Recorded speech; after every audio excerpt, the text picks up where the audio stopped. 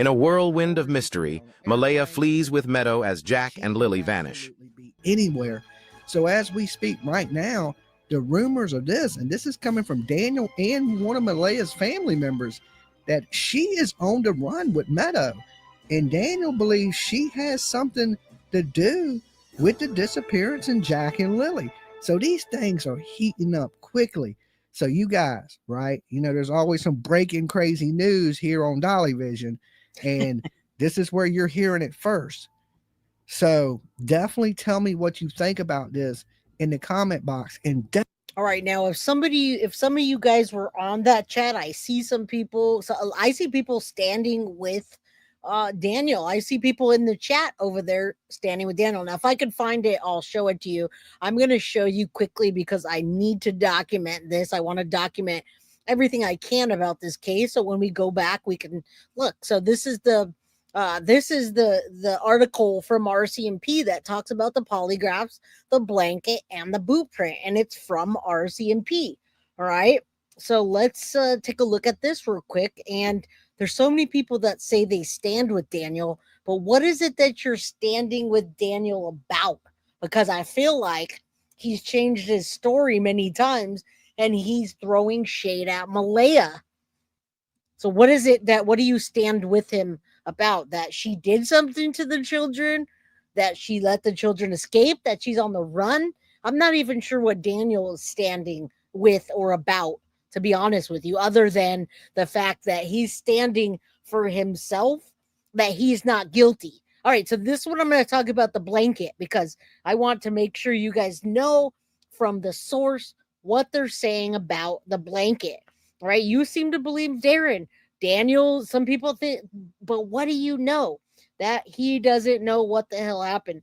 Then why does he keep saying that he does? Why is he going on Dolly's channel for hours, getting a wrench, and then coming back and talking about it? He just did an interview. He did an interview where he was sitting back, super relaxed. He was sitting there like this with his feet crossed. Yep, it did the polygraph. Yep. About the killing the children, I passed it. Yep. Yeah, I can't say it about Malaya, but yeah, not about Malaya, but yeah, but I don't know. I can't say nothing, but I'm still gonna throw shade at her anyway. That's how I feel like he is. All right, so I'm not with any of them. I am for Jack and Lilly. That's what I'm about. Okay, I'm about bringing them home, whether they're alive or whether they're not.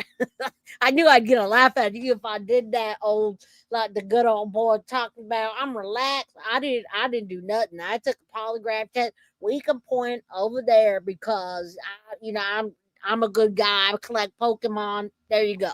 All right. So we're not gonna that's where we're gonna go. Let's listen. Let's read. I'm gonna read this to you guys. All right. They're still missing, guys. Right, this is June 19th. This is 4 days ago. Polygraphs, a blanket, and a boot print. New details of the investigation into Nova Scotia children revealed. Nearly a dozen RCMP units are trying to piece together what happened to Jack and Lilly Sullivan. All right, and that's what I want to know. All right, so we got Jack over here. If you know nothing about this case, Jack 4, Lilly 6, both missing same time. Did you kill Lilly and Jack? That was the first question. Daniel said he was asked during a polygraph. Here you go. This is him just totally relaxing. I was extremely nervous, he said, which we saw the interview. It's like your stress levels just astronomically through the roof. All right. So we saw that. Let's keep going.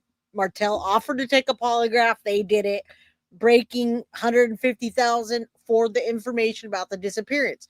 Now we go back to the morning of May 2nd. 911 called. They revealed that the kids wandered away from their home in Lansdowne Station. All right, now I'm going to get farther into it. It says the stepfather is always the prime suspect off the bat, says Martel in a recent interview. All right, about 3 weeks ago, he sat in a large chair and sensory pads placed under his forearms, buttocks, and feet as a part of a polygraph test. He said all the questions were presumptive that the children are no longer alive. Are you an accessory to the red rum of Jack and Lilly? None of the questions assumed the children were taken. All right, so that says a lot. They didn't talk about the children being taken. They didn't say, did you orchestrate something for the children to be gone? Was Malia scared? Do you know why? None of that, according to him. Now, in Canada, polygraph tests are used as an investigation tool as they are here, not admissible in court. Now, Martel was informed the results immediately after, so now he's confident. They said, you did a good job and you passed. All right, let's keep going. Stepfather is one of the 54 people who have been formally interviewed. Some have received polygraphs, although RCMP will not confirm how many. All right, on the first day of the search, listen, here's about the blanket, guys. I don't know why it's been so confusing to get a straight answer. All right, I don't know. Why is it so confusing to get a straight answer about a blanket? And thank you so much. I appreciate you. Super chat for that impression. Y'all, listen, I'm confident here. All right, I'm done reading that. Thank you. I appreciate that. Thumbs up, y'all. That's what I want, is a thumbs up. Listen, the blanket. Why is it so shady about the blanket? On the first day of the freaking search, urgency responders speaking over a non-encrypted radio channel mentioned a canine unit being dispatched to a blanket. I had never heard that until weeks later.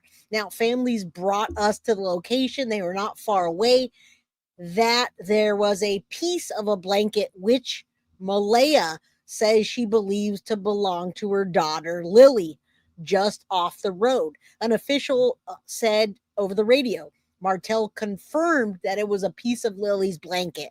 There's more evidence than what the public knows, but I can't elaborate, says Martel.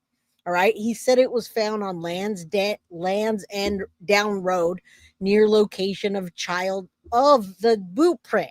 Now, I know you guys heard of the boot print, but they also found a piece of the blanket near the boot print that was a child size around the same time by the searchers in the area of the pipeline trail. Yes, the searchers, this is not the article, but searchers are saying they think the children are in the woods. All right, now RCMP refused to answer questions about the blanket. However, the force did confirm the boot print was believed to be child size. Asked if anything of significance has been uncovered in course of investigating, and they said there's no evidence to suggest the children were abducted. All right. They also repeated the Mounties have said all along that every missing person is considered suspicious, which we heard again. They said again and again. All right. Investigators have all access to all resources. Over 500 tips, now much more. Whether it's a tip that indicates that there could be something that happened elsewhere in the province or in the country, we have to follow up on all the investigative tips and rule them out. Last time the children were seen was the day before they went missing, when they were caught on surveillance footage with Martel and Malaya, who is the children's mother, and their 1-year-old daughter, Meadow. Martel says the footage from the store near Highland Square in Glasgow, Nova Scotia. Investigators don't see me as part of the disappearance. He said, I know I have nothing to do with any of it. All right. This searcher 3 days ago still believes the children are in the woods. All right. This person says that. And I don't know. Clue sensitive, true clue finder, says Hansen, who was the search manager for 10 operational search periods. We're looking for all evidence of them going through the area. I don't know why they think the children are in the woods. I don't know why they'd say that. We haven't heard anything. Despite the lack of evidence, Hansen still believes the children are in the woods. Now, if the children are in the woods, guys, they're no longer alive. Okay? No longer alive if the children are in the woods. Okay? They're small. They'd be hiding. They would have crawled underneath something probably when they got tired. They could have gone further than we searched. There are all kinds of scenarios, unfortunately. Okay, now listen. Martel said he'd like for cadaver dogs, which are trained to pick up the scent of human remains, be brought into the woods. As far as I've heard, there's no plans to bring cadaver dogs in the woods. So what are they saying? RCMP confirmed that cadaver dogs have not been deployed as part of the investigation. Any searches involving the dog will be based on information gathered through ongoing investigation. Hansen said the case has taken on a toll on volunteers. All right. They just want to find the kids and bring them home. So they're more than willing to keep coming back and searching. Unfortunately, at this point, unless someone comes up, we're probably not going back. So they're saying they're done out there searching. They're not taking cadaver dogs. We need justice for Jack and Lily. You're absolutely right. That didn't do anything.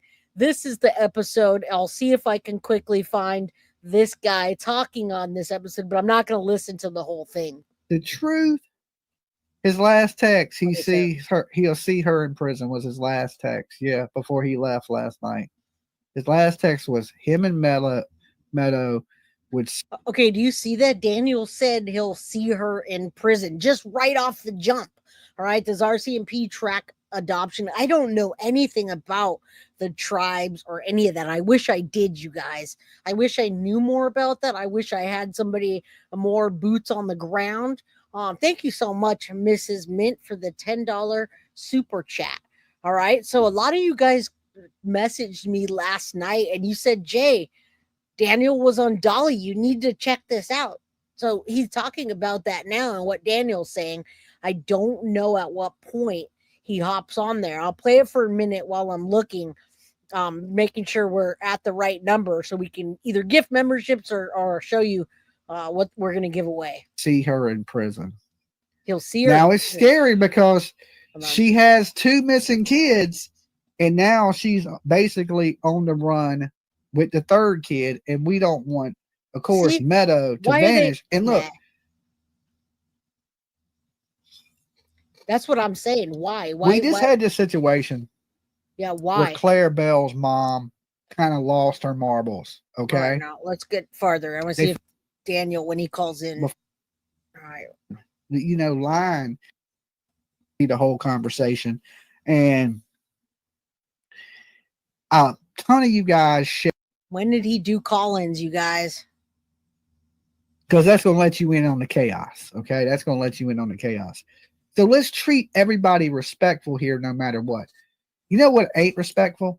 317 likes and there's 12. Hey, that's like mine, guys. There's 600 people in chat and not enough like. Did anybody that watched this take note of when Daniel called in? Did he call in at the very beginning of the show or was Dolly on for like the umpteenth hour and he called in? And this is why I came here today. I heard that Malaya was on the run.